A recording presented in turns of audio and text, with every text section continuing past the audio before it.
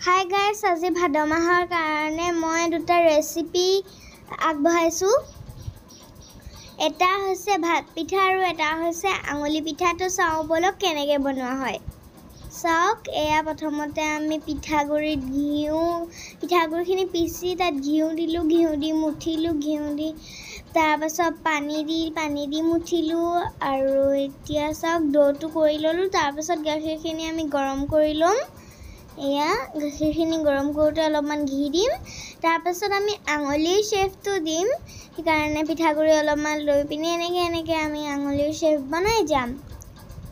এয়া দেখিছেনে কেনেকৈ বনাইছোঁ, আপোনালোকেও বনাব দেই। তাৰপাছত আকৌ আমি গৰম উতলাই থোৱা গাখীৰখিনিত আঙুলি পিঠাখিনি দি দিম। চাওক উতলি আহিছে একদম ধুনীয়াকৈ, বহুত টেষ্টি লাগে খাই। আৰু তাৰপাছত আমি বনাম ভাত পিঠা। এতিয়া চাওক ভাত পিঠা কেনেকৈ বনাওঁ। তো আমি অলপমান পিঠাগুড়ি ল'লোঁ আৰু চালনীখন গৰম পানীত উতলাই থোৱা গৰম পানীত এনেকৈ মোহাৰি দিলোঁ। চাওক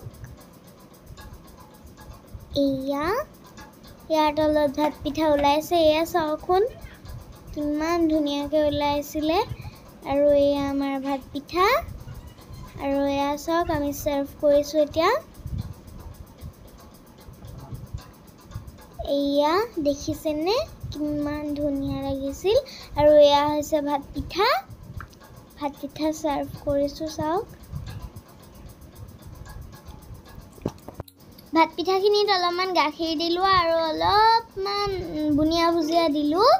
আৰু আঙুলি পিঠাখিনিত আমি এটা জেলেপি দিলোঁ আৰু খাই বহুত ভাল লাগিছিলে। আপোনালোকক দেখি কেনেকুৱা লাগিছিলে ক'ব দেই। কিমান টেষ্টি।